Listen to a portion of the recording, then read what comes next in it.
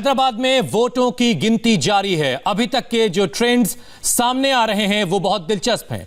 इस चुनाव में बीजेपी ने एड़ी चोटी का जोर लगा दिया और रुझानों में उसका असर नजर आ रहा है। निकाय चुनाव की 150 में से 86 सीटों के रुझान आ रहे हैं। 50 वार्ड में बीजेपी आगे चल रही है, जबकि टीआरएस को 25 सीटों पर बढ़त है। सबसे हैरानी की बात यह है कि ओवैसी की पार्टी अभी तीसरे नंबर पर चल रही है।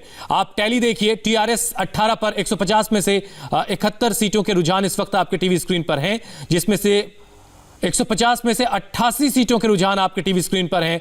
50 सीटों पर बीजेपी लीड कर रही है, टीआरएस 25 पर लीड कर रही है और 12 पर एआईएमआईएम, कांग्रेस को 1 सीट पर बढ़त हासिल है। यह अभी फ्लक्चुएट करती रहेगी कुछ देर तक, क्योंकि वोटों की गिनती का काम जो है वो बैलेट पेपर से इस बार बहुत धीमी गति से धीरे धीरे आगे बढ़ेगा। लेकिन जो शुरुआती रुझान है वो बीजेपी के लिए बहुत शानदार कहे जा सकते हैं। राघवन, ये जो शुरुआती रुझान हमें दिख रहे हैं, अब इस वक्त बीजेपी 50 सीटों पर बढ़त बना रही है। इसमें से अगर आप ये समझा सकें, जो ओल्ड सिटी है, जो पुराना हैदराबाद है, इन 50 में से कितनी सीटें ओल्ड सिटी की हो सकती हैं?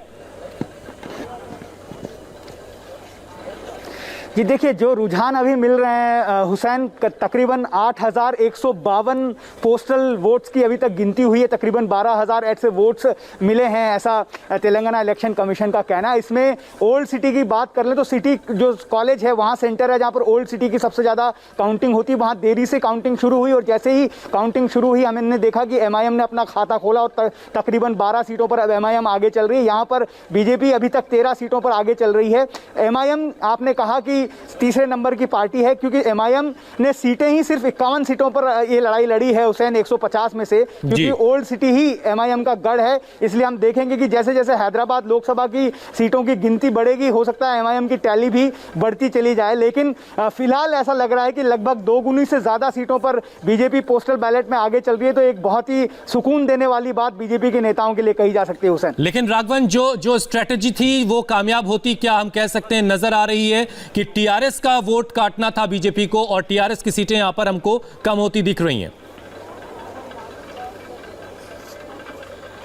जी बिल्कुल, जिस स्ट्रैटेजी पर बीजेपी ने काम किया, जिस तरह से बड़े बड़े नेताओं को यहाँ पर चुनाव प्रचार में उतारा, चेंज हैदराबाद का नारा दिया, तो कहीं कहीं ने ऐसा लगता है। ये पोस्टल बैलेट महत्वपूर्ण इसलिए भी हैं हुसैन की जो गवर्नमेंट एम्प्लॉइज हैं ज़्यादातर वही पोस्टल बैलेट का इस्तेमाल करते हैं, जिन्हें अलग अलग जगह पर ड्यूटी पर लगाया जाता है। जो आरटीसी के कर्मचारी, जो बहुत बड़ी तादाद यहाँ पर है, वो खासे नाराज चल रहे थे चंद्रशेखर राव से। हमने देखा था कि 2 महीने पहले लगभग 45 दिन का लगातार हड़ताल भी यहाँ पर जो रोडवेज ट्रांसपोर्ट कॉर्पोरेशन के लोग हैं उन्होंने किया था। इसी तरह से टीचर्स भी यहां पर नाराज हैं। तो कुल मिलाकर ये कह सकते हैं कि गवर्नमेंट ऑफिशियल्स के जो वोट्स अभी पोस्टल बैलेट के रूप में हमें देखने को मिल रहे हैं, वो कहीं ना कहीं सरकार के खिलाफ जाते हुए नजर आ रहे हैं और बीजेपी को इसका एडवांटेज मिल रहा है।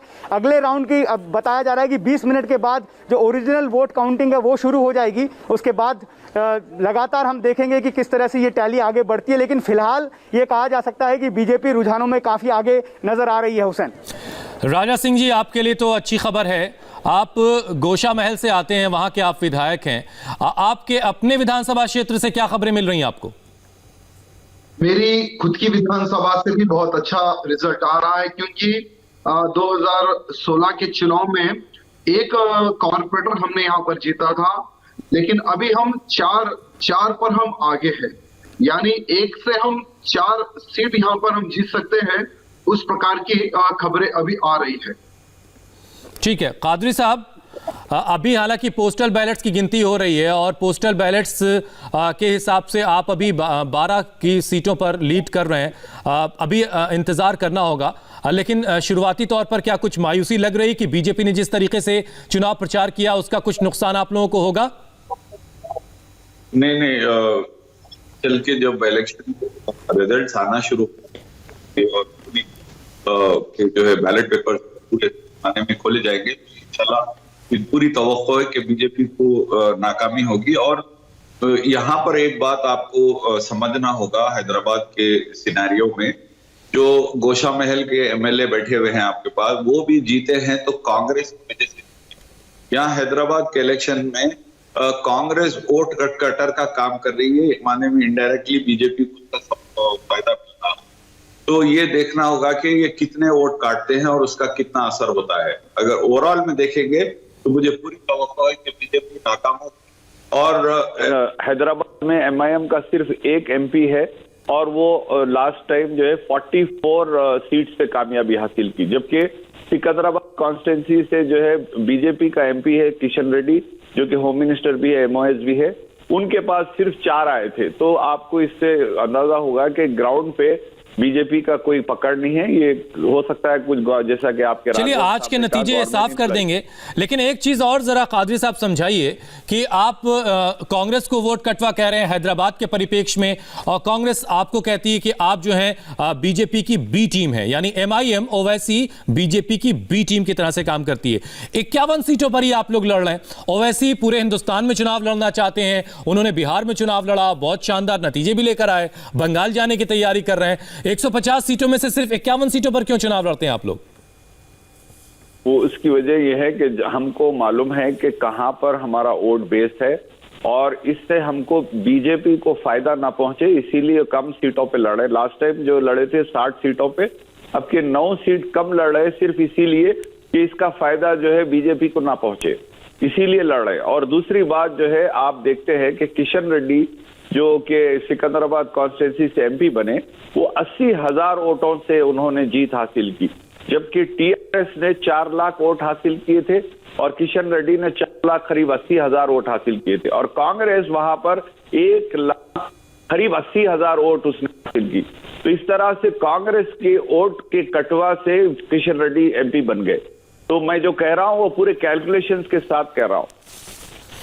ठीक है, इससे पहले कि मैं राघवन के पास जाऊं, एक बार दर्शकों को अपडेट दे देते हैं। 150 में से 93 सीटों पर का रुझान आ चुका है। टीआरएस 30 पर लीड कर रही, बीजेपी 50 पर लीड कर रही है, एआईएमआईएम 12 सीटों पर लीड कर रही, जबकि कांग्रेस के खाते में सिर्फ 1 सीट जाती हुई रुझानों में भी नजर आ रही है। और जो लोकसभा वाइज हम अगर आपको बताएं, मल्काजगिरी की 51 में से 35 सीटों के रुझान आए हैं, मेदक की 3 में से 3 के रुझान आए हैं और तीनों पर टीआरएस लीड कर रही है। हैदराबाद की 43 में से 23 के रुझान आए हैं, 8 पर टीआरएस, बीजेपी 5 पर लीड कर रही है। और अब इस वक्त मल्काजगिरी के आंकड़े भी आपके सामने हैं, और ये अलग अलग 5 जो लोकसभा सीटें हैं इस जीएचएमसी के जो दायरे में आती हैं, उनके आंकड़े भी आपकी टीवी स्क्रीन पर हैं। हमारे साथ राजा सिंह हैं जो गोशा महल के विधायक हैं बीजेपी के। राजा सिंह साहब, एक जो राजनीतिक पंडित हैं, राजनीति को बहुत करीब से समझने वाले लोग हैं, वो ये कह रहे हैं कि इस बार बीजेपी ने जो इतनी ताकत लगाई है जीएचएमसी के चुनाव के लिए, प्रचार में इतनी ताकत झोंकी है, दरअसल वो इस सब कुछ इसलिए है कि बीजेपी अपनी पसंद का विपक्ष चुनना चाहती है, यानी ओवैसी विपक्ष के तौर पर बीजेपी को पसंद है क्योंकि उनसे ही उनकी सियासत चलती है। वैसे तो जो आपने कहा ये बिल्कुल गलत है, क्योंकि हमारे सामने ओवैसी का कोई वजूद नहीं है। ओवैसी सिर्फ वॉल सिटी यानी हैदराबाद पार्लियामेंट तक ही सीमित है। आज भारतीय जनता पार्टी ने 150 कैंडिडेट खड़ा किया है और ओवैसी ने सिर्फ 55। और इलेक्शन के सामने ये लोग कहते हैं कि टीआरएस का हमारा कोई गठबंधन नहीं है और एक दूसरे पर नॉर्मल ये लोग आरोप लगाते हैं। हमारा बस एक ही एक उद्देश्य है कि जो सचमुच में जो डेवलपमेंट होना चाहिए था ये 6 साल में एकदम 0 डेवलपमेंट है, और ये जनता ने देखा है। इसलिए हमने जनता तक यानी door to door, voter to voter, हमने विकास की बात की है और जनता को हमने बताया है कि पिछले 6 सालों में जो विकास नहीं हुआ, विकास नहीं होने का कारण टीआरएस एवं एमआईएम है। और इसलिए अगर लेकिन राजा जी मुख्यमंत्री की बेटी कविता तो ये कह रही हैं कि आपके बड़े बड़े नेता आए और आप लोगों ने इधर उधर की बातें की, हैदराबाद को भाग्यनगर बनाने की बातें की, हिंदू मुसलमान की बातें की, लेकिन हैदराबाद का विकास कैसे हो, कैसे उसे और बेहतर शहर, कैसे उसे और बेहतर बनाया जाए, इसकी कोई बात नहीं की आप लोगों ने। देखिए, हमने सारी की सारी बातें कही है। अगर आप अमित शाह जी की प्रेस कॉन्फ्रेंस अगर आप देखेंगे, योगी आदित्यनाथ जी की अगर आप स्पीच देखेंगे, जितने भी जो बड़े बड़े नेताएं आए हैं, सभी नेताओं ने विकास के प्रति भी बात की है। और जो विकास 6 सालों में होना था, बिल्कुल 0 विकास है। और मुख्यमंत्री, हमारा दुर्भाग्य है कि हमें ऐसा एक मुख्यमंत्री मिला है जो फार्म हाउस के अलावा वो कभी सेक्रेटरीट नहीं आता, कभी जनता के बीच में नहीं आता।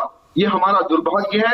खुद के मिनिस्टर, खुद के विधायकों से भी नहीं मिलता है, ऐसा मुख्यमंत्री आज हमें मिला है। ये जनता सब देख रही है, जब जनता सब ऑब्जर्व कर रही है कि भाई अगर हमें सचमुच में अगर बिल्कुल जनता ऑब्जर्व कर रही है, और जनता ने जो ऑब्जर्व किया था उसी के हिसाब से उसने अपना वोट कास्ट किया है, जिसके रुझान हमारे सामने हैं। और रुझान नतीजों में जब तब्दील हो जाएंगे उसके बाद हम सही तरीके से कह पाएंगे कि किसकी मेहनत ने कितना काम किया है। एक छोटा सा ब्रेक ले रहे हैं, हम फौरन लौटेंगे इसी बड़ी खबर पर। Term life insurance